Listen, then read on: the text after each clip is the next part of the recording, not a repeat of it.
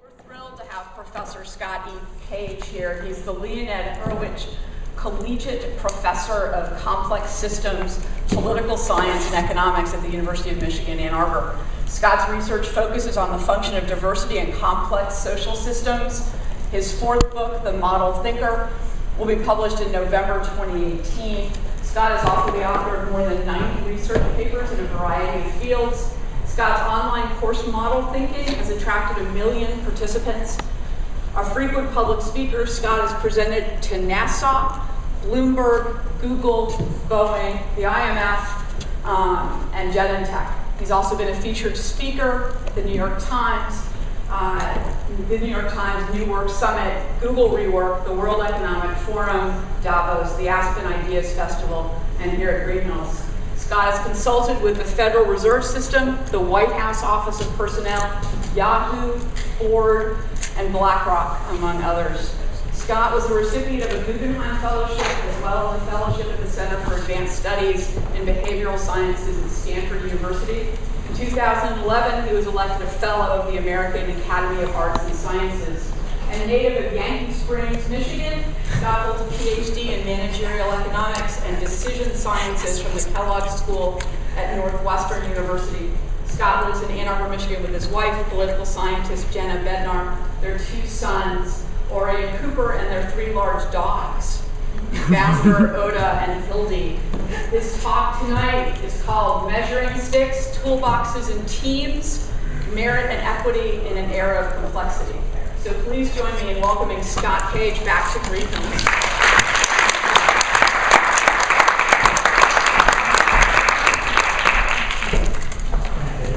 Oh, it's fabulous to be here. Before I start, I want to my younger son Cooper goes to school and he's a senior. We entrusted him to Greenhills, I guess it was like 5 years ago, and he just come back senior in France. And it's just been a fabulous experience for him and for us, so I just want to thank the Greenhills family.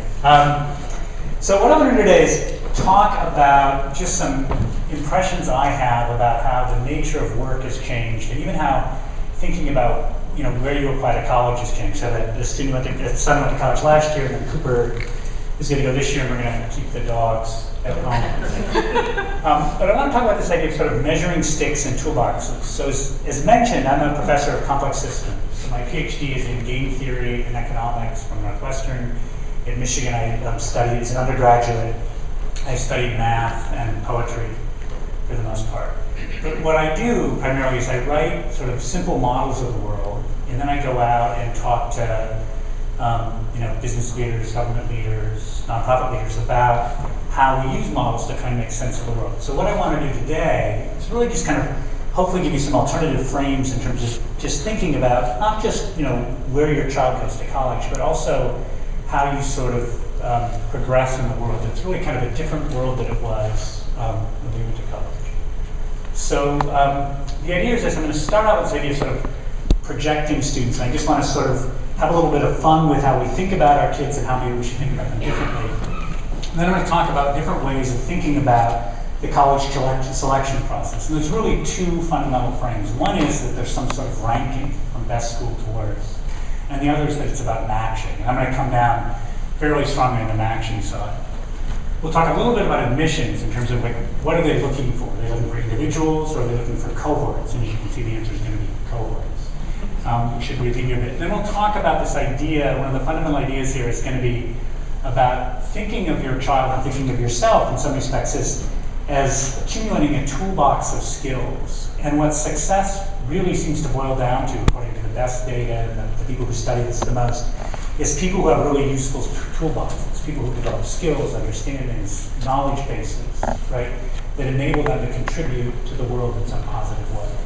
And then we'll end with just some fun things about what to sort of expect moving forward. So first I want to be incredibly clear. I'm not an admissions expert, right? But I have been at retreats with the president and all the leadership at Princeton, Dartmouth, Skidmore, Union, a bunch of places over the last year where we've sat down and talked about with leadership who should we let in, why should we let those people in, stuff like that. With those places as well, I said, I'm not an admissions expert. I kept saying, don't look at me. Right? You know what's going on. But I am a theorist, and hopefully that theorist will help. So I'm going to start out by saying this.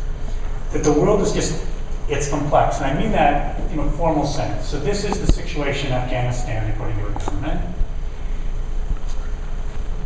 Easy solution, right?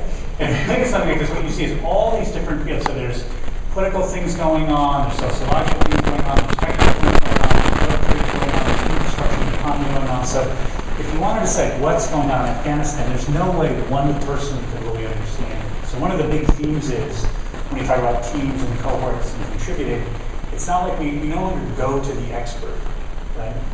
We go to teams of experts. So success in the modern world consists of somehow having some set of tools that allows you to be part of a team that can help people make sense of this sort of stuff. There's something called Google Ngram, which actually started in Michigan. What they did is they paid people to come and just basically read all of the books that you read in your protocol, copy down all the words you read. And you can see sort of what the frequency of different words are. Now, what's fun about this is the frequency of the word intelligence in all books has pretty much stayed constant and then gone down a little bit since 1980. As my wife Shirley teaches to say, label that thought, put it away. But if you think of like diversity in team, right, these things have been on a huge upswing, right, since 1960. And complexity has as well. And that's not coincidental, right? The reason that's the case is because of complexity. We need teams and we need diversity. Right? So the diversity is handle the fact that so I have a book coming out. This is a shameless plug for my book. It comes out November 29. But it's more the case that, to give you just a sense of kind of what I do, is I try to use these models, as we'll do today, to make sense of the world. I was, and something the other day, somebody says, we're buying 50 copies of this book, you can send your kid to college. And I said,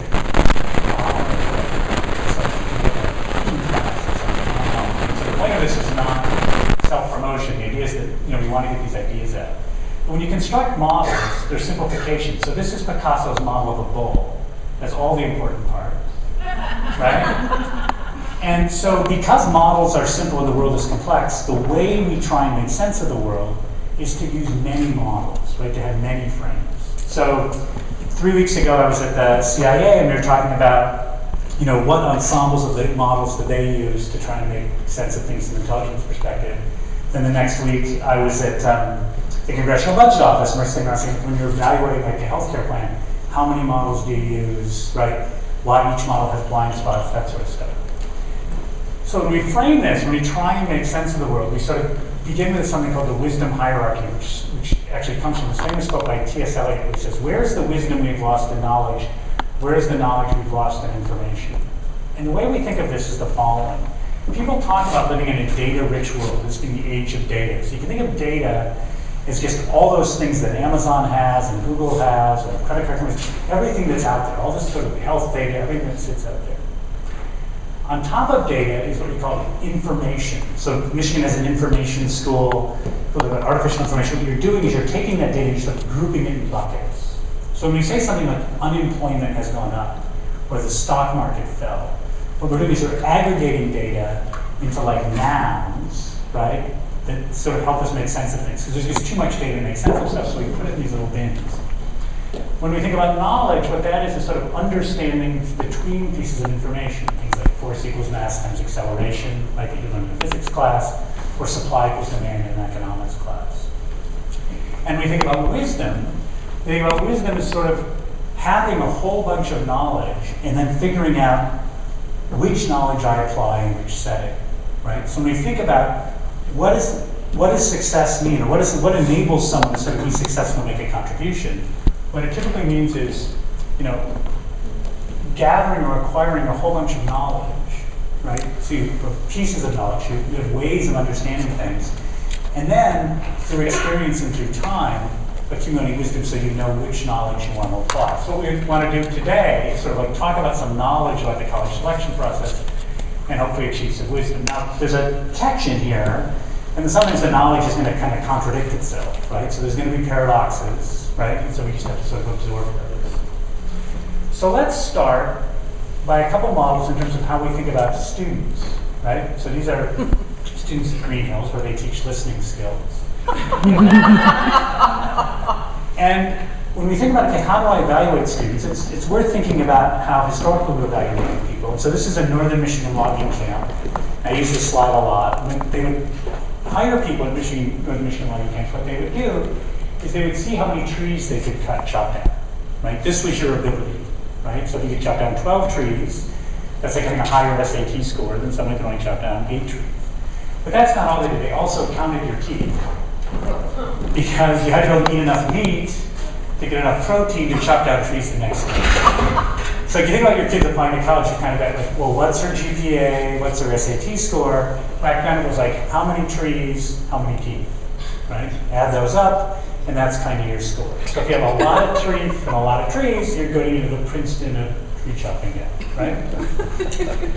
The point of this seems super silly, and it's meant to be silly, is that we're doing the same thing sometimes with our kids. I think this is a mistake. I mean, I have 2 boys. They're high-dimensional, complex things. And we're kind of projecting them down into 2 dimensions, some sort of grade point average and test scores. That's crazy, right?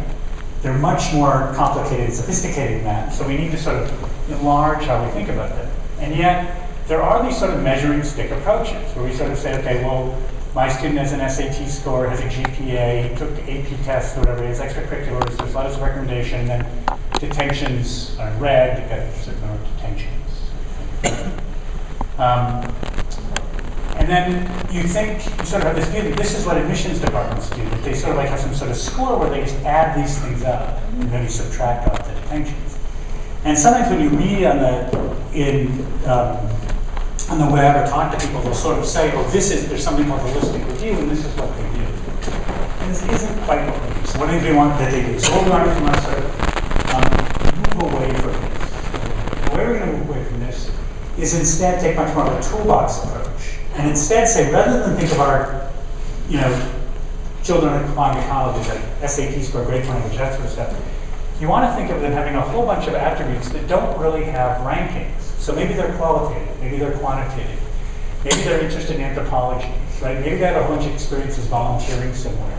Maybe they got all these skills as a musician, right? So when these schools are looking at students, yeah, there's a little bit of this in the holistic review, but there's a lot of this, right? So if you look at a place like Princeton, for example, is a good example just because they have lots of applicants and lots of data. With all their applicants, they'll sort of take this sort of score, right, this thing, and they can predict, can you make it at Princeton?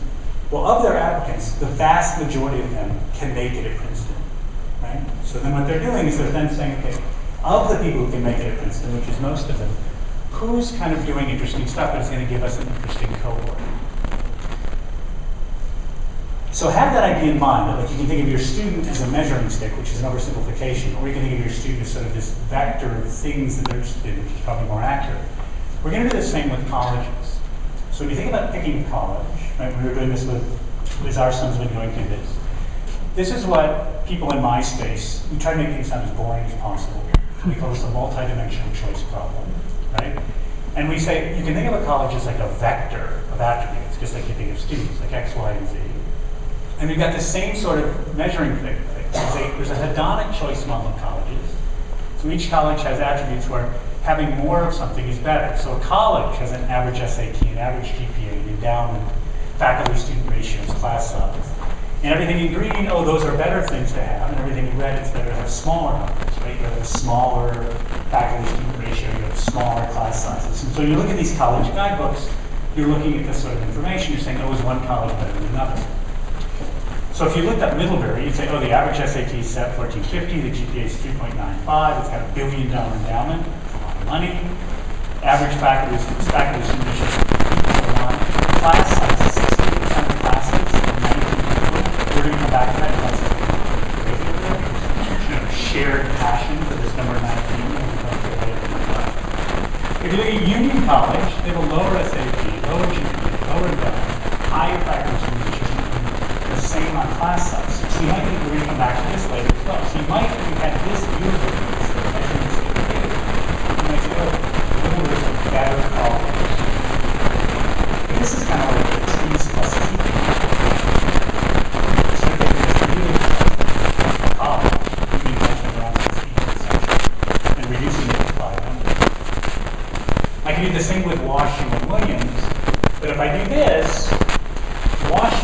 wins on the green thing, SAT, GPA, and endowment, gets $7.5 billion.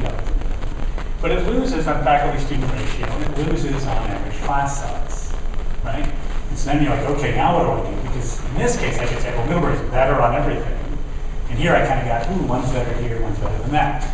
So US News and World Report has come in and solved this for us. He said very simply. You can hear the laughter from that side of the room. And what they do is they have a linear weighting, okay, where they just put weights on these things. So here's where every person who does data kind of goes completely crazy. So there's something called linear regression. You have data, and then you have actual data outcomes, and then you estimate what these coefficients should be based on like real outcomes. But if you can't, if there's no real value in the school, there's no way to sort of say this is how we do school, so you can't really get weights on these things. So what US News and World Report does is just makes them up. They just make them up. And you can tell they're made up because they're all numbers like 50%, 35%, 15%, 50%. So they just made up numbers for these things. Basically, initially, just this guy sat around and said, here's what makes a good college, and these are my weights. And one of the things that's great about this is class size 1 to 19, US News and World Report. UM ends up being ranked 4th among public universities. This is a really funny thing, because there's no evidence that in the class, he just falls apart. So Michigan did a test, because the large classes we had 19 and 20. We did every possible metric that we could find, because there are difference in learning outcomes. The answer is no, right? So we respond by that when we build new buildings, we make sure that the rooms only hold 19 students. Why? So we only have 19 students in the class, so that this number is really, really big. Right? That's why when you go back, remember these things I showed you? Class size 19, why can I find this data? Because everybody publishes this data because they don't want US News and World Report to actually have to work very hard to plug that into their formula so they can be ranked really high. A couple of schools will basically become their nose. US News and World Report can have these huge classes with 21 students, right? Nobody's learned anything, and they're waiting to suffer, right? Now, you could come up with different ways, and you could say maybe these things don't matter, right? So there's something called Niche magazine. It's kind of ironic, a magazine called Niche, which is about finding your place in the world to rank things. That goes well.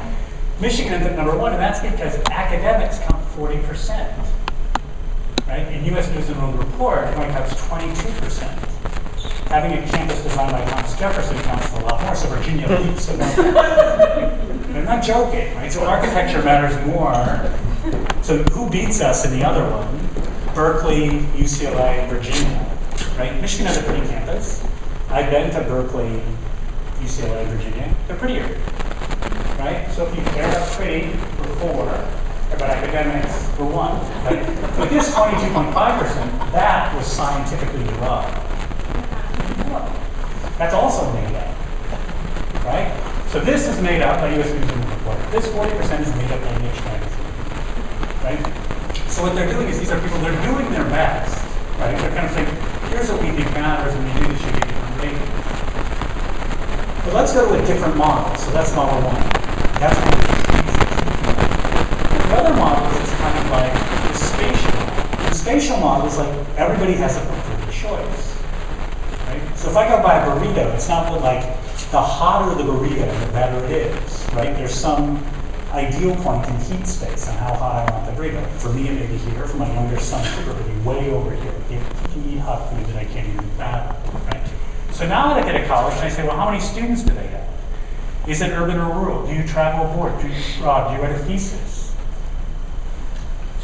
Neither answer to these things is better, right? It could be traveling abroad is good, it could be it's not so good, it could be rural is good, it could be urban is good, big could be good, small could be good, right? So one student could say, well, I'd like to go to campus, school where there's 40,000 students, where it's urban, where you can travel abroad, but I don't want to write a thesis. Somebody else could say, I want a smaller rural school where you travel, and I do want to write a thesis. And so then student A should go to Wisconsin, and student B should go to Skidmore, right? And it's not that Wisconsin is better than Skidmore, or Skidmore is better than Wisconsin, right? They're different. Kind of like, I would like to go to Pizza House, and my family would like to go to Cottage Inn, right? I can think they're wrong. They're not wrong. They just have different preferences. They seem to like bad pizza. So if we go back to the Middlebury Union thing, right? Before I was like, oh, no, look, Middlebury's better than Union, right? Because I was doing this sort of like measuring stick thing. But like Union has my friend David Harris as president, which is a great thing. Like somebody said, I've never seen two people so happy. And I'm like, that's right, because David's president. He was just named president of Union College, so he had me in for his inauguration. He's happy he's president of Union College. I'm happy he's president of Union College. He's happy I'm not president of Union College, and I'm happy I'm not president of Union College. So everybody's super happy there. And if you look at Union College, I said to David, so David was a professor here, then he was an administrator at Tufts, or at Cornell, then he was provost at Tufts. And he could have been anywhere, right? He was on the list to be president at almost any school. And I'm like, so David, why Union? And Union's in Schenectady, New York. And he's like, it's this amazing school. So Union is a very old school. It's one of the oldest schools in the country. And it's one of the few engineering schools where all the engineers and all the liberal arts students take the same core curriculum. So this is a school that has a strong core curriculum. So if you like a strong core curriculum, if you like cottage and pizza, or if you like whatever you like, this is a great place to go. It has a really strong first-year writing program, which a lot of engineering schools don't do. And also, if they do, it's not shared with the liberal arts students. So you're like kind of learning to write with engineers, which is probably not the best period. Right? No, you'd rather be learning to write with English majors. And then everybody's sophomore year is a research program. So if you use the phrase punch above their weight, they do sort of punch above their weight in terms of sending people out to research.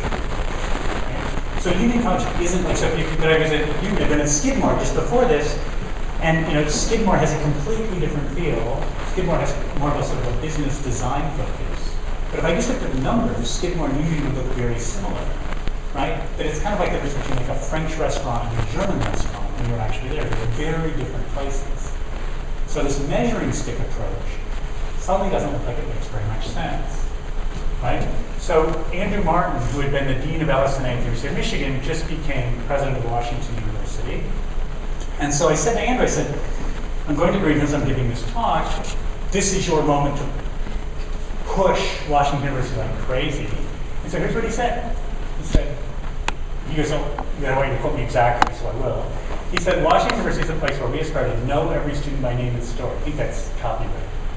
And with 7,500 undergraduate students, there's a deep commitment to one-on-one academic advising, undergraduate teaching and research among the tenure-track faculty. And that aspiration and scale gives an individualized academic and personal development experience, community, immediately impact the campus and community. Right? So this is kind of like WashU, and that's very different than looking in terms of the scores. Right? What WashU's trying to do is sort of have individual focus on the students and force their tenure, sort of encourage their tenure track faculty to work closely with students. So the summary here, the hedonic model, is sort of like you look up the US News and World Report, you think, how good is the school I'm going to? The spatial model is saying, now this is about kind of finding a good fit, finding a match, right? Neither one of these is necessarily right, but the spatial model probably has, a little bit more weight. And your college choice should include both, right? You should think about, I want to go to a place that sort of fits me academically, but it's kind of equally important to talk about why that you're working on this matching. So some dimensions are clearly going to be hedonic, right? Like average test score, those sort of things. And other things like are clearly going to be spatial. So when these schools are letting people in, here's the thing that this would have been kind of fun, I think, for a lot of us to learn. Is I think we kind of think like, they got this list of students, and they're ranking them like by trees and teeth, right? So the best ones are getting in, it's like, oh gosh, your kid has more teeth than mine. He's going to get into that better school, right? It's kind of that, but it's much more that they're looking at, how do we put together a cohort of students? How do we bring in a group of students that collectively is going to do really interesting stuff? So in 1964, Princeton wasn't very good at that. Right? In fact, they were horrible at that.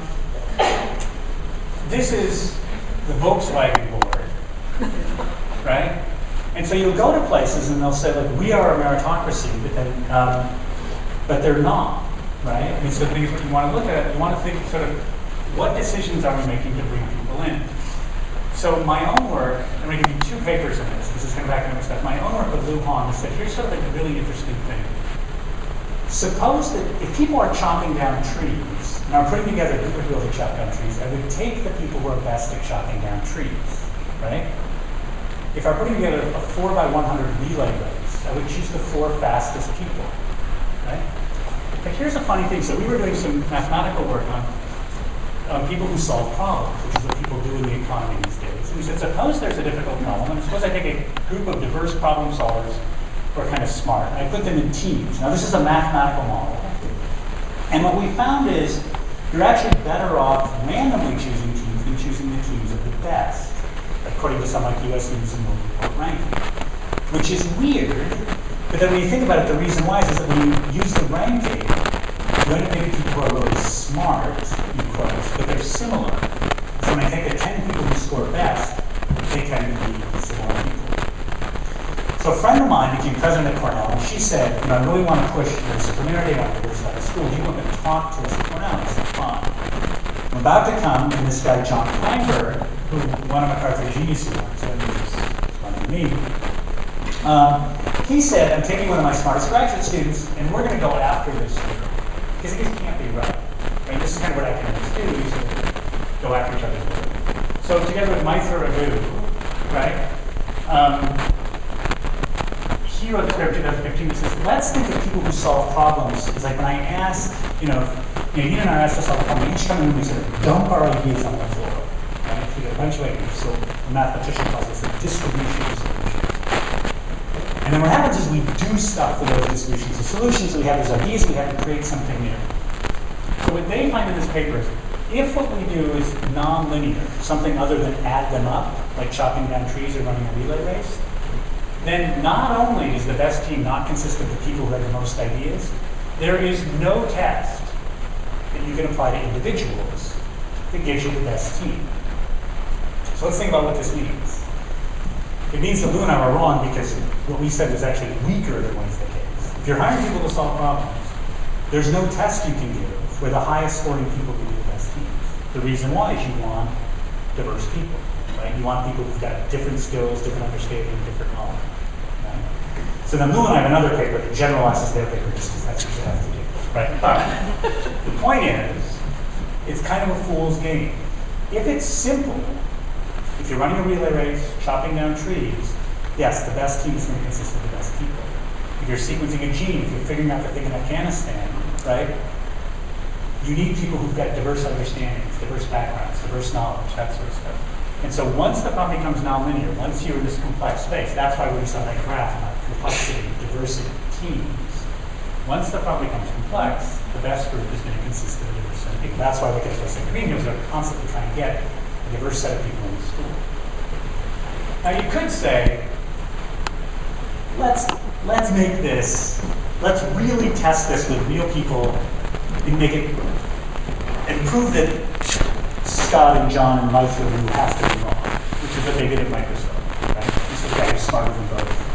And actually, the guy and woman, in each case, it's the guy and woman. In each case, the people being smarter, the results are better. So they said, let's take an IQ test. Let's take the gold standard IQ test, the Reagan's progressive IQ test. This is the IQ test that flows best, correlates best with all other evidence. Let's take the most homogeneous group we can possibly find anywhere in the world. That turns out to be British schoolboys. Okay? Let's take British schoolboys on the IQ test, create teams of British schoolboys on the IQ test, and it's got to be the case that the teams of the best performing British schoolboys on the IQ test consist of the highest IQ boys, right? We're going to give them a test, take the smartest ones, have them work as teams, and the best teams will be the smartest ones.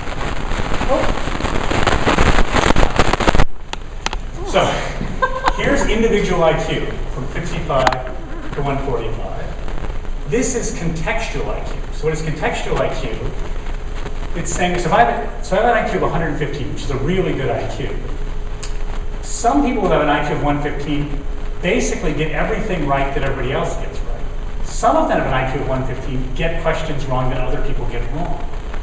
So when you put together people on an IQ test, your own IQ score is how many questions you get right. But when I've got 3 people working together on an IQ test, what do I want? I want people to get the questions right, and the other people get the questions wrong. So there's a fairly good correlation between IQ and contextual IQ.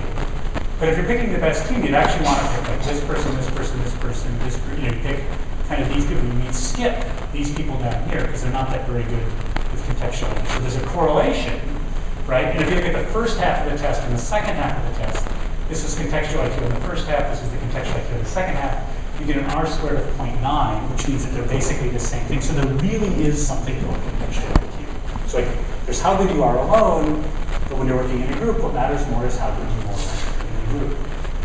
So to all this back is just kind of amazing.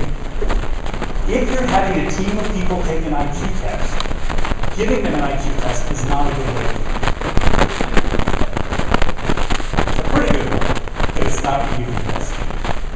So it's clearly got to be the case that SAT scores are not going to be the best students of mine.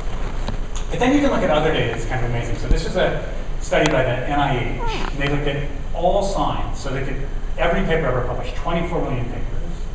They found that teams were more innovative, so teams were better than individuals. They found as you take homogeneous teams are lousy. As you make teams more diverse, they do better and better and better. But if you make them too diverse, you actually do worse. And that's one of those things that they haven't figured out, like, is it because we don't know how to work in diverse teams, or do they have too much diversity? Big surprise, women are more collaborative. Not a big surprise.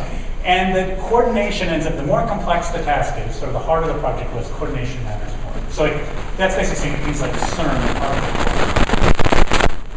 But here's another sort of interesting thing.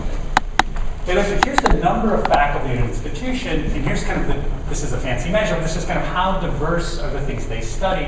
And what you see is that these bigger universities, right, there's kind of, this is faculty, not number of students, there's kind of more diversity. So this then becomes an interesting thing to know. Like, if you don't know what you want to study, maybe you err on the side of a bigger university, right? Because there's just more stuff. If you do kind of know what you want to study, then maybe you just go small. But this is the project I was involved in with the Foresight of England, where we were trying to figure out the causes of obesity. And again, we solved it. Right? Super straightforward. If I dial in on this, all these things have different colors. Some have to do with media, some are sociological, some are psychological, some are economic, some are food, some are infrastructure. So everything from giant cokes, right, to lack of sidewalks, the bacteria in your gut, all that stuff, right, is responsible for the increase in obesity across countries. And what's funny about this is, I put this up a couple weeks ago, and some of the CIA said, we just got to get the vending machines out of middle school. That's it. The silver bullet. No, the point is there is no silver bullet on this, right? These are complex problems, and if you're going to understand it, you need people from all these disciplines. So here's what's happened. This is every paper ever published in 1960. Right? This is the number of authors. Every academic piece of research. 1, 2, 3, 4, 5. Here it is in 2016. Notice these numbers are a lot bigger. 500,000, 200,000. Most have more than 5. So this is going to be an absolute key takeaway. You might think, in 1960, like all those white guys from Princeton, right? When they were going to school, they were going to go work alone, and they were going to write papers alone, and that was going to be great. And so it probably made sense to sort of like let people in by the highest individual score. Your children are going to go out, and they are going to work in teams. And so it's going to be super important, right? That's one of these Greenhill does a lot of activity-based learning and stuff like that, is that they're successful in working in teams. So one of the skills you want to have is, you know, sort of the ability to function well in diverse teams, working on problems like diversity, because you see this big increase. And honestly, if you boil this down in like anyone, so I said, what's the weirdest thing people could study? And I thought, spittle, you know, saliva. So this is the growth in interdisciplinary saliva research. And salammetrics, which is like the measuring of saliva, kicked in like 1998. They get these new techniques for measuring chemical components of saliva. Breakthrough moment, I guess, if you study saliva. Something I'm not making fun of. I guess I am making fun of saliva. And so then once they could measure this stuff on a bunch of different dimensions, interdisciplinary research and saliva research, this is 5,000 papers last year in drooling, basically. And most of this is done by teams of people. Right? So if you pick anything, you'll see a chart just like this. Why? Here's why. If you want to get, I just finished a 3-year term on the College Executive Committee Diversity, which means when somebody tries to get tenure, right, we look at their case and we decide whether they get it or not. And one of the things that decides whether you get tenure at a place like Michigan or Stanford or Eastern Michigan or Michigan State, anywhere, is do people cite your work, right? Are other people reading your work? And one of the thresholds for that, kind of an arbitrary one, is have 100 people cited one of your papers. So that's considered like a really important thing. In both the sciences and in the social sciences, you're 4.5 times as likely to write one of those papers if you do it as a team. 4.5 times. And again, this isn't, I want to be very clear, social sciences, so like you've probably read in psychology that there's this like crisis of replication, that like you can't, like results people got, people can't replicate. Those are often experiments with like 40 undergraduates, and at the end of it, somebody got caught in them, right? This is 24 million papers. This is every piece of academic research ever written. So this isn't some little fun thing someone did in the lab. This is every piece of scientific research ever written. Teams up 4.5 times as likely. Here's the really weird thing. This is where the diversity and engagement part is. If you hold everything else, if you run a big regression, you hold everything else constant, and you just switch the schools of one of the people, so as painful as it might be, I like work with someone from Ohio State. My odds of writing these papers goes up 10%. If I was scientists, it would go up, physical scientists, it would go up 7%. Why? Because they know different stuff, right? They're not hanging out in the same hallway I'm hanging out in, right? They know different stuff. The paper's likely to be. This is just amazing work by a big team of people at Northwestern. Again, working by teams. You could say, well, maybe the co-authored papers have more sites because there's more people. You can think of this as representing the size of that box. This box represents, they call this atypical combinations, if you're citing other important work. So this is kind of like a quality box. This box is a diversity box. It's saying, am I citing papers together, ideas together, that nobody has kind of cited together in the past? So if we're thinking psychology plus economics, or there's a guy in Michigan who just won a Genius Award who's doing forensics and anthropology, right? So suppose I'm combining stuff people have. So this is like an ability bonus. This is the diversity bonus. This giant green box is what you get if you have ability and diversity. So if you just go by SAT scores, you're kind of going like this. If you just go for diversity, you're getting this. If you do ability and diversity, you get this, and that. So what does success come from in scientific breakthrough? Smart people who think differently. Right? And again, this isn't a small study. This is 24 million papers. So now let's take this and let's think about what this means for our kids. And I used to go back to this toolbox idea, and this is going to be my friend Joey Ito. So Joey Ito runs the MIT Media Lab, and until a month ago, Joey didn't have a college education. He dropped out of college. He's from Detroit. He's one of these many people who dropped out of college in Detroit and never mind, except for running the MIT Media Lab. But then he got a PhD in Japan, and kind of working at night because people at MIT were giving him a hard time. Okay, so Joey says this. Here's where everybody's got things wrong. We tend to think that there's all these kids graduate from high school, and then there's some funnel that gets into a better school, and there's another funnel that gets into something else, and then eventually, if you're really good, you can go to Yale Law School and go to the Supreme Court. The idea is somehow there's a minimum, right? He says, no, completely backwards. Invert the pyramid. Like, as you leave high school, you've got some set of tools and things you know. And what you do is over time, you're just amassing new tools, new understandings, new knowledge bases. You're growing and growing and growing, and then you've got this giant toolbox, and then you use that toolbox to go out and do good in the world. And so if you say to your kid, this is how the world works, you've got to get these grades, you've got to do this thing, and if you don't do this, you're not going to get here, right? That's causing a lot of stress, and also, look, most people don't get there. But if you say to your kids this, look, there's so many things you can learn. What you want to do is you want to go out there, when you go to some college, you go to some university, think about what are the things I can possibly learn, and will those things help me do the things I'd like to do? You invert that pyramid, and you give yourself lots of opportunities to make a difference. So let me explain what I mean by toolboxes, and there's really sort of 4 categories here. There's explicit academic tools. There's tacit academic tools. So explicit is something that I could write down in an explicit way. Tacit is something like cooking, where you kind of got to do it on your own. You got to kind of learn by doing. And then there's personal tools and group tools. So let me give some examples quickly. So explicit academic tools are sort of disciplinary knowledge, right? Chemistry, history, impressionism. And techniques like numeric optimization, DNA sequencing, stuff like that. If you go in science, like if you're in computer science, there's explicit knowledge like how to program in Python. Or if you're in neuroscience, you'll learn how to use these PET machines, which are positron emission tomography, which doesn't sound as much fun as having a PET. If you're in biochemistry, you use something called the Bruker-Ascend 400 millihertz NMR with auto sampler. It's sort of a common thing. How many people use that? Yeah. You do, there you go. So see, that's why she's in the room.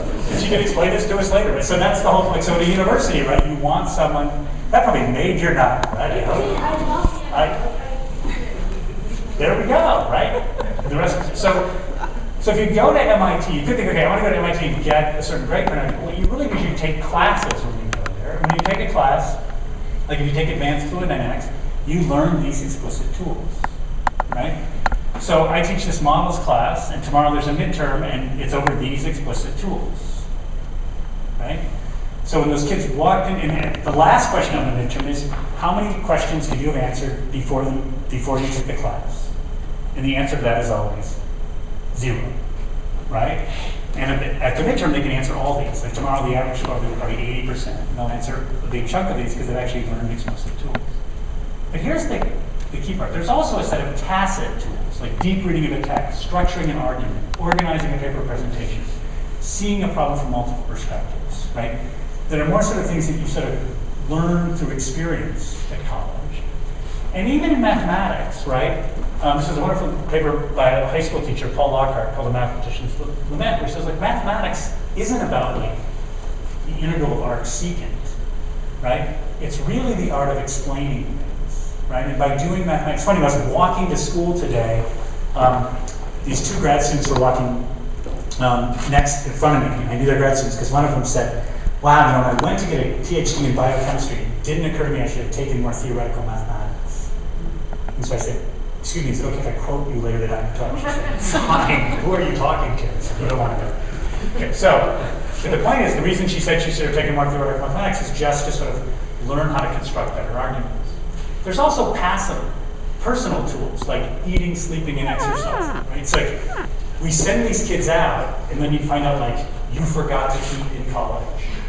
Or maybe you should sleep more. Basic time management skills. So one of the things in the Harvard case that I think is being misinterpreted is like, one of the reasons all these schools take athletes and like having athletes is because the athletes are much better at time management, probably because they've got coaches forcing them to be better at time management. But this is a big issue for a lot of our students at a place like Michigan.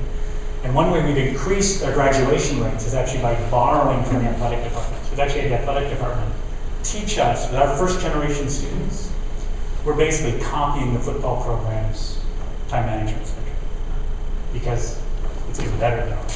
Things like just basic noting. But here's where the cohort thing comes in. There's tacit group tools like deep listening, collaborating, task allocation, trusting. And then also challenging. This is a really important part. When I give diversity talks, we talk a lot about this. There's a wonderful book called How to Be a Blank Blank Boss. Where she talks about, it's by Jill Scott, she talks about something called radical candor. And when you're interviewing with people different from yourself, it's incredibly important you care about those people personally, but it's also important you challenge them directly. So in a lot of, if you're different from other people and they're challenging you, you don't think they care about you, you're going to interpret that as obnoxious aggression. One of the problems we have at the University of Michigan, to be blunt, is we're so concerned about being inclusive that sometimes we don't want to challenge someone like these. We end up in this ruinous empathy box, right? Where you want to be is in this radical candor box, where there's high levels of trust and high levels of personal care. People like each other, but you're challenging their ideas, because where does success come from? It comes from comparing ideas. So what to expect? Let me just end with some simple takeaways, and we'll hopefully have some time for conversation. So the first thing is this: firms hire from many schools, and graduate schools admit from many schools. So it's so easy at this point to be like, oh my God, my kid's got to get into school. And I was talking to someone the other night, their kids will apply early action to, I don't even know the difference between early action and redecision, but whatever it is, to like Georgetown, and the whole family's kind of freaking out. I'm like, relax, right? Here's Anthony Martin again. In my mind, as the new president of Washington, the ranking of the school just doesn't matter. I think that's a quote from Animal House or something. It just doesn't, is it? It just doesn't matter, just right? What matters most is the academic environment that matches, so he's purely spatial. And again, this is one of the highest ranked schools in the country, right? WashU, it's one of the great schools. And he's saying, look, it is matching. What matters most is the academic environment matches the student's interest in learning style, where the student can learn who they are and what they want to do with their lives, right? And you can't rank that, and you put that on. So Google is interesting here. So you might think it's hard to get into Michigan or Harvard or Yale or Michigan State or something. Google gets almost 4 million applicants. That's a lot per year. That's a lot. And so I spent a lot of time with their people team thinking about like, how do you do this? And one thing they found is like interviewing kind of works up to 4. So this is if they just use their sort of artificial intelligence thing based on resumes, you got a 50. This is somebody who's like 50% likely to be better than average or not. 1 interview gets you to 78%, 2 gets you to 80, 3 gets you to 84, 4 gets you to 86, and then it kind of doesn't matter. Now, why more interviews help you is because people are diverse. So different interviewers see different stuff, right? So this is, again, the team is better than the individual. How much better? Well, 86 to 78. So the team is 8% better. And big teams don't have to be that much, right? So here's, you might think, oh, Google hires from the Ivy League. Nope. Google is much more likely to hire from public schools, right? So one of my son's friends really wanted to go to Stanford, Berkeley, didn't get in.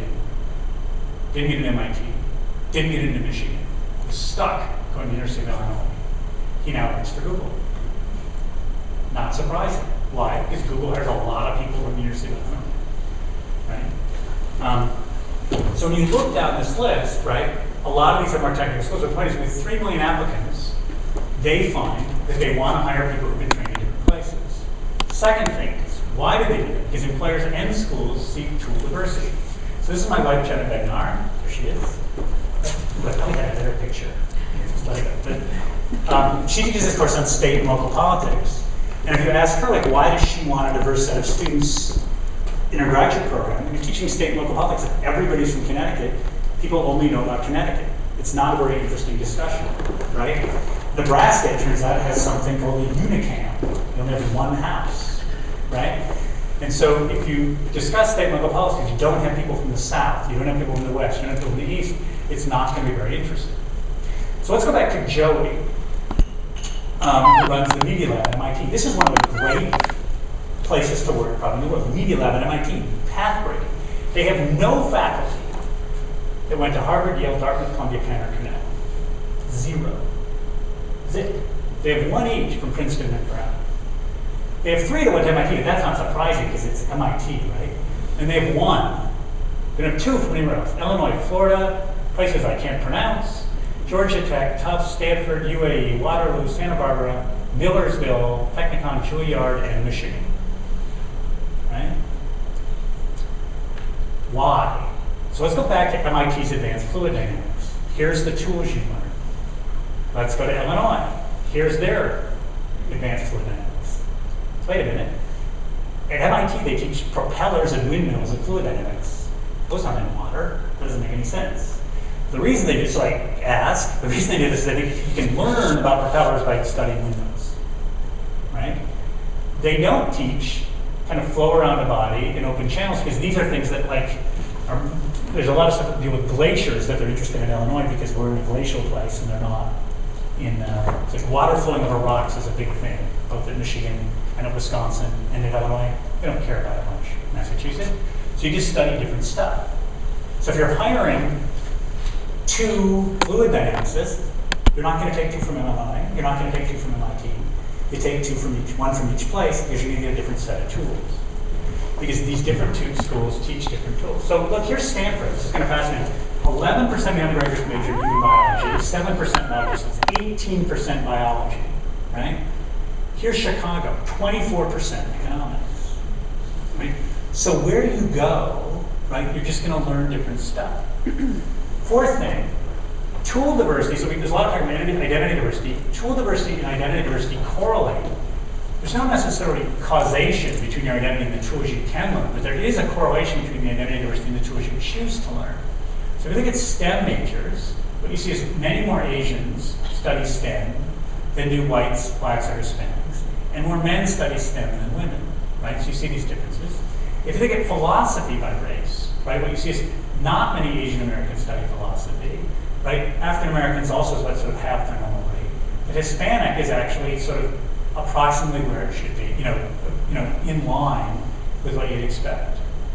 If you look at by gender, this is Stanford. Remember, I put Stanford data up in other schools. So Stanford is very open about their data, other places aren't.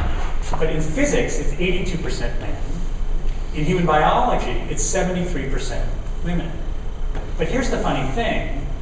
Human biology is really hard. Physics is really hard. So it's not like this is an easy major, this is a hard major. So if you go through things and ask which is easy, which is hard, there's no correlation with the difficulty of the subject and which ones have men and women, right? It's just women tend to be more interested in biology and men tend to be more interested in colliding things at high speed. Okay? Fifth one, and this is really important, is people work with the tools that you acquire. And so when you think of your child going off and they're going to go to someplace and they're going to acquire skills, it's more important than where they go to school. It's having conversations with them about, like, what classes are you taking? What are you learning? What tools are you gathering, right? So this is one of my favorite charts. Look at there's 699 companies that are in the Fortune 500, the S&P 500. And you could say, well, if you want to be a CEO, you should go to the Ivy League. And the Ivy League just barely beats the Big Ten.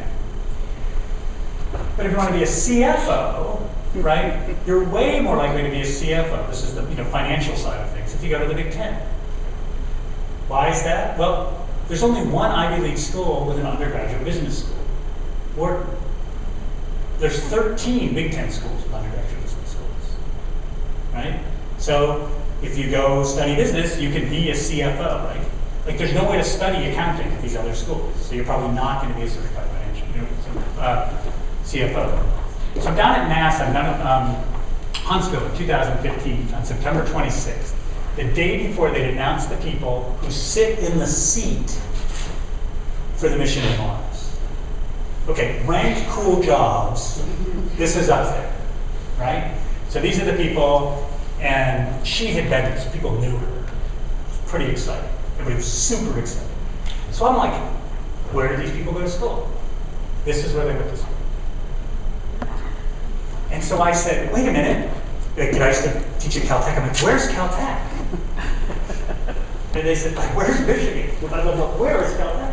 Because Caltech Jet Propulsion Laboratories, everybody at Caltech wants to work in. I said, where is it? And they said, oh, like in the toolbox, listening is one of the tools.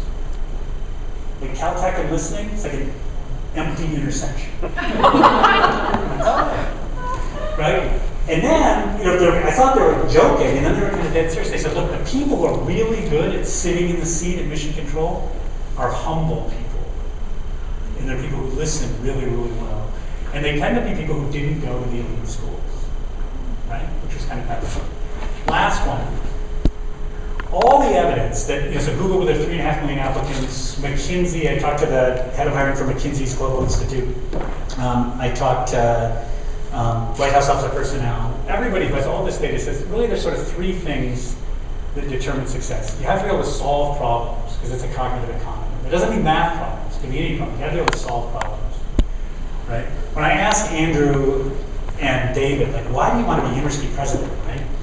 And they both said, because I love solving problems. Being university president, it's all about solving problems. Working in groups and continuing to add tools. So the people who are successful continue to add tools, continue to add tools. So there's a great quote by Jeffrey Specker, who's the chair of the New York Stock Exchange today in the Wall Street Journal, saying, first he says, like, there's nothing I learned in chemical engineering that I apply directly, right? He's not like basically doing the essays of chemicals, but he says, what it taught me is problem solving in complex systems and the way things relate to each other, and business is just really bad.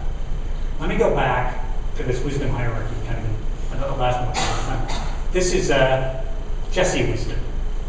And Jessie Wisdom was part of the Google people team that dealt with those 4 million applicants. And she and Laszlo Bock was the head of it. She was like number 2. And now they work for a company named Humo. Humo doesn't actually have t-shirts. I just pasted these on their shirts for fun. But what they do is they created this company that uses state-of-the-art AI to try and figure out, like, how do you help people be successful? And one of the things that they really work on for this new company that they started, this isn't meant to plug their company, it's just meant to put this sort of idea of wisdom hierarchy, is helping people continue to learn, continue to grow, continue to add tools, and putting teams together where the people have large collections of tools. So to sum this up, I think, and we'll hopefully have some time for questions. I think one of the questions is that it's so easy in this space to sort of be thinking of schools are ranked, children are ranked, I want my child to go to the best school. The best evidence, the most prestigious kind of places to be, people who really make a difference in the world, I think are people who figured out, I want to find a place where I can find my purpose. And I want to find a place where, in addition to finding my purpose, I can accumulate the tools and understandings that enable me to be successful. And those tools that are going to, one of the tools that's really going to matter is the ability to sort of manage, work with, and collaborate with people from all sorts of places, right? Because talent doesn't know identity, talent doesn't know gender, talent doesn't know anything else. And those are the people that are really changing the world and making things. All right, let me stop there. Thank you very much.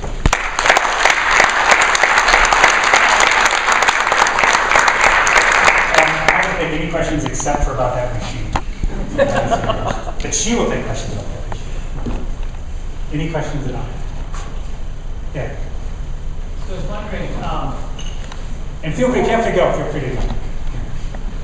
So the role of empathy in building up good teams, I run a research lab in Detroit that nobody wanted to come to for 10 years. Now it's all the academic kids and elite school kids are coming, but they just don't have the empathy, the compassion, and the drive, so we don't really pick them up. But I'm wondering, like, it doesn't measure in these institutions, and yet be so competitive to get into these places. It destroys your desire to cooperate at times, and then you get these kids who are always self-centered. I don't say all of them are like that, but empathy, like, do you find you can correlate that? Is it measurable? Yeah, so there's a great book. So there's a good book in this area that's called sort of collective intelligence, which is especially like sort of how is the whole more intelligent than the parts, right? So some people look at brains, some people look at ants, people look at myself, look at groups of people. So Tom Malone, who runs this collective intelligence lab at the Sloan Business School at MIT, has a book that just came out called Superminds, and they wanted to ask the question: is there something like group intelligence that's like individual intelligence? If I took like 10 groups and then take a whole bunch of like tasks as a group, would their intelligence sort of, transfer across tasks? And what they find is that IQ matters like at the level of differences of like 30 or something. So in a group of people with IQs of 130, they're going to do better than a group of people with IQs of like 100. And they're going to do better than a group with IQs of 70. But if your IQs are within a range of 15, 20, IQ doesn't really matter at all. When they did their first set of experiments, which were small, not small, we're talking 50 tests. So again, this isn't the 24 million, this is 50. They found that the number of women in the group mattered. That was the biggest predictor. But then when they went back and did more tests, they found out that that actually didn't statistically matter. What mattered is how well people scored. There's a sort of empathic facial recognition test where you sort of like someone's like this, and it's like, are they happy or angry, right? And they show you a bunch of different faces. That ends up being the key predictor, right? So the ability to listen and the ability, which also matters. So listening and then also this sort of being able to read faces end up being the things that matter for these groups to function. No, but it's true. I mean, one of the things that I find so frustrating in this space is we're telling kids it's trees and teeth, it's trees and teeth, it's trees and teeth, grade point average. It's like I'm constantly saying to undergrads at Michigan, you're better off taking a class where you learn something, like you learn a set of tools, than a class where you get an A and you don't add to your tool set, right? Because eventually, at the end of the day, your ability to sort of make effective change and do something meaningful is going to come from different tools. So Google, in the 4 million things, they say, what are the two things, what are the things that really make a difference? Problem-solving ability, humility, ability to listen, and bringing different tools. Right, and those are the sort of 3 things that load that. I think that's an N of probably, 14, 15 million. Right? I mean, they've only hired 30,000. They're choosing. So you're absolutely right. Yeah. I've been working a lot in medical school admissions and seeing that medical schools are adapting personality, situational enthusiasm as part of their admission processes. Right. And I'm assuming that's to get at some of these qualities that aren't measurable with the measures. Have you looked at all? So I don't do empirical, but I've done a bunch of stuff with medical schools. And just like visiting them and talking about sort of how are they working with this, thinking of this. And one of the things that's really remarkable is that before I did that, I just kind of had this view that doctors are doctors, right? But like, that's just so not true. Neuroscientists do like 12-hour operations, right? And people who do knee replacements, it's kind of like fixing a car by comparison. I mean, so if you meet people who are neuroscientists, a lot of them like play piano, they run, they read really long novels, right? So there's like they just have this incredible ability to focus. And so like one of my friends is a neuroscientist said, no, really, like they would like to on interviews, they have people come in and say, stare at the dot at the wall. Whoever stays longest, they bring in. Because it really comes down to kind of like, because they've all got good brains. It's a question of being focused. Even like, I had a couple friends with actors who can tie both shoes at the same time, right? Yeah, no, it's weird. It's a barber trick. No, because they can just tie knots really well with both hands. So they can just, one hand, so they just tie their shoes both simultaneously. And that matters less. It used to matter a lot more. It matters less now because a lot of it's more computer-aided. So they don't test over those skills, right? But one of the things you do see, and this is where there's a big difference between sort of like, I think the athlete thing and the legacy thing of the buying your way in, is that the time management skills and the personal self-management, self-control is so amazing among doctors, successful doctors. Like I was down in New Orleans with the American Gynecological Surgeons Association. So they're in New Orleans on a Friday night and everybody's drinking a half a glass of wine, right? And then I go out to Bourbon Street the next morning at 10 o'clock and everybody's drinking giant hurricanes. I mean, the non-doctors, right? I mean, so these are people who just really manage themselves, and the gym was packed the entire weekend, right? So they're good personal health, good personal hygiene, they manage their time well, they manage their family well, they manage their, and as one of them said to me, I said, so why is everybody so organized? They said, well, us more than anyone, we can't be this fun. Right? I think it's like tagline joke sort of thing, right? But it's one of those things where I think that, but again, they accumulate these, there's a set of tools you need to know to be a different type of doctor. So being a general practitioner, you have to have a lot of empathy, whereas I think a neurosurgeon that matters with anything else a lot. Another question, sir? Yeah, so actually, you mentioned the MIT lab and how, this lab took not just from like one brand name school. No, it's from everywhere, Yeah, from everywhere. It's not just one brand name people are obsessed with. But, in terms of choosing college which fits you, how does that kind of, to what extent would you say you would break down the myth that, these brand name schools, like, is there another way to prove that they, not necessarily make better connections to different places, but so they do. So it is the case, right? I think that some of the brand name schools will give you, in some cases, connections. There's, might give you connections to firms or something like that because people's families went there or something. I think it used to be the case that a lot of places did more hiring from, particular schools. I think that's broken down a bit. Recently I did a lot of work with BlackRock, which manages like $6 trillion, and they now run, giant artificial intelligence things to figure out who they should hire, and they're hiring, they're casting a wide net. And as everybody starts looking at data and stops relying on,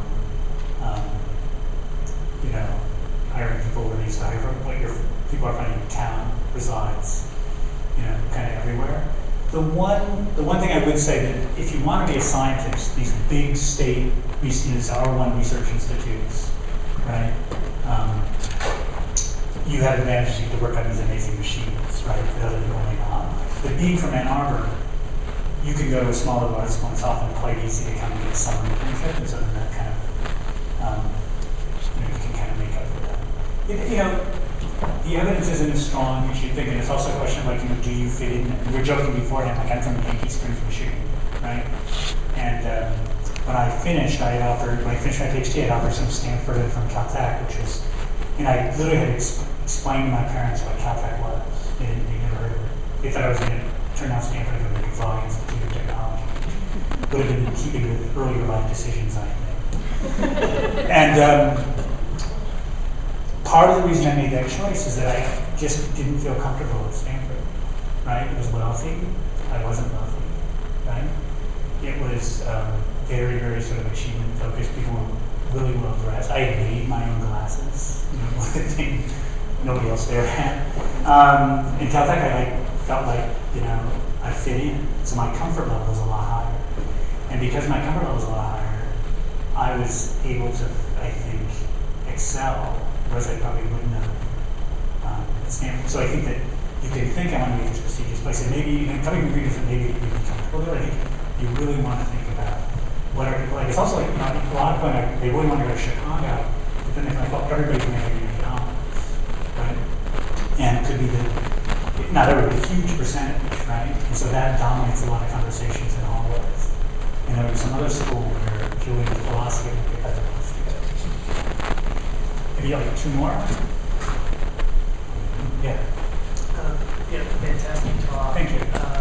So, getting back to some of the issues around you were talking about teeth and trees. Yeah. And sometimes we measure things because we can. Yeah, that's right. No, but And a lot of these other aspects, because they are qualitative and multidimensional.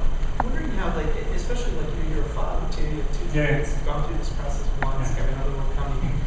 How do you encourage people to? Because a lot of kids, they don't know at that age, and I can remember even being at that age. Right. I mean, again, teeth and trees, you can count. Right. But do you have a process or a suggestion for how kids can kind of explore those aspects and understand, am I going to do better at a small school or big school? Am I going to do better at a school more with liberal arts or more technical skills? Just curious. yeah, I think that it's like my older son, he went to, he rose through and he went to Penn and he felt and the attorney felt like, because Wharton's there, the athletes were, it was kind of come here, study math, road crew, go to Wall Street. And he just felt like that was a vortex. And he wasn't going to be able to, experience, he almost wouldn't be able to choose, right? So he felt like that would probably be a bad choice, right? I think that if you want to go in the sciences and you're not sure what you want to do, then, Michigan State, Wisconsin, Michigan, Illinois are these huge state schools with amazing science departments, just incredible, where you can do and they all have these really good undergraduate research opportunity programs where you can kind of see what a lab is like. So you may be interested in biology, but not realize to go get if you're going to go get a PhD in biology, you're going to spend 3 years working in a lab, kind of doing really refined technical stuff, most likely, right? And some people love that, and they hated memorizing the Golgi apparatus, right? Which is what you do in high school biology, memorize the parts of a cell. And so I think these bigger places kind of give you more, just more exposure. But I often tell people, a place like Michigan, I think you've got to be much more entrepreneurial, and there's much more of a risk. So David at Union, one of the things I really like about Union, because they have this core curriculum, you can't possibly not come out of it with a really strong tool set. I'll have kids in Michigan, or taking my class who are seniors, and I'll look at their transcript and I'll be like, oh no. It's not that, because it's a mishmash of classes with you just think, they kind of explored, but not with much coherence, right? And so I think as a parent, as a parent, you want to think about not only what are your interests, but what are your skills, and trying to find a match of those things. And if you've got that narrowed down a little bit, suppose your child likes to write and is also kind of interested in science. Then there's places Middlebury's almost ideal in that, because they've got this arrangement with the Monterey, science thing, where you can spend your summers out in California and be a bread loaf in Middlebury, so it's almost ideal, right? If you're kind of interested in design and business, there's places like Skidmore or Watt. It's just a really nice stuff. So if you've narrowed it down to 3 or 4 things, you can often find a school that has those. It's my younger son, Cooper, is looking at, he's interested in philosophy. He was looking at St. John's. So last summer we had him go to philosophy camp at St. John's. And he loved it, right? And so he's going to apply to it. And that could be end up being his first choice, or it could end up being the backup. But it's a very peculiar place, and you learn a very particular set of skills. But it was a nice match for him, right? The only issue is if you're from Michigan, you spend much time in Santa Fe, and after about 15 days, you're going, water. And I'm like, Karina, you can't not choose a school because your mouth is dry. He said, your mouth and my nose are dry. Okay, then that's a good reason. No, so I mean, so there are things like that. There is the thing, but I think if you haven't narrowed it down much, Michigan State, there's a lot of stuff you can explore you can do really well. If you can narrow it down, then something is small. Yeah, let's go one more. Yeah, Scott, I think you've made the case for liberal art colleges. My question is really about, it sounds like institutions are looking for some thought leaders and people who really have a broad base of knowledge, that they can really become lifelong learners. Right.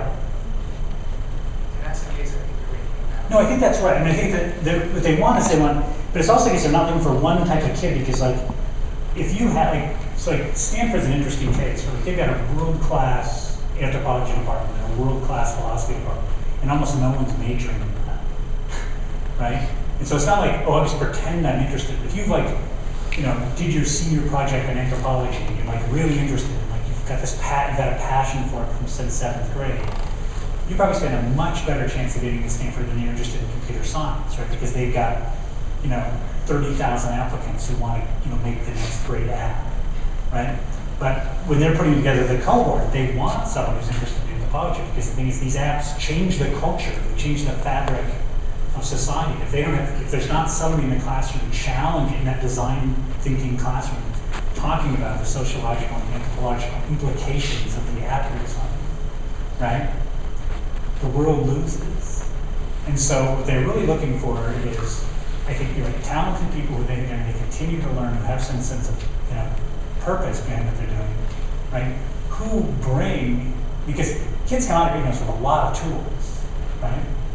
And these schools are looking for kids who have interesting sets of tools, and that's why it's not a competition in a way, right? So you can have one kid could get in one word someplace, one kid can get in someplace else, just because you kind of happen to fit the portfolio they're putting together that year. And so that's why the other thing you want to take from this is that if your kid gets in, it used to be Harvard listed their graduating class by how important Harvard thought your families were. Mm-hmm. Michigan started releasing their graduating class by how well you did in school, and kind of embarrassed them into listing mine, right? But I think you want to avoid making that same mistake by saying oh, I was a good parent because my kid got, no, there's so much randomness, right? There's so much randomness in which school you get into, but the thing is, there's also, one of the things that there's so many amazing schools and there's so many places where your kid can do well, but you want to make sure you're among the 20 schools where your kid can probably thrive. You want to find the one that's gonna work. Like my older son, he went to Wisconsin. He said, just send my stuff. I'll come back after I graduate. So because he felt like it was both were such a good fit, right? And that's because they're Michigan or the lakes and better weather. Right? All right, let me stop there. Thank you.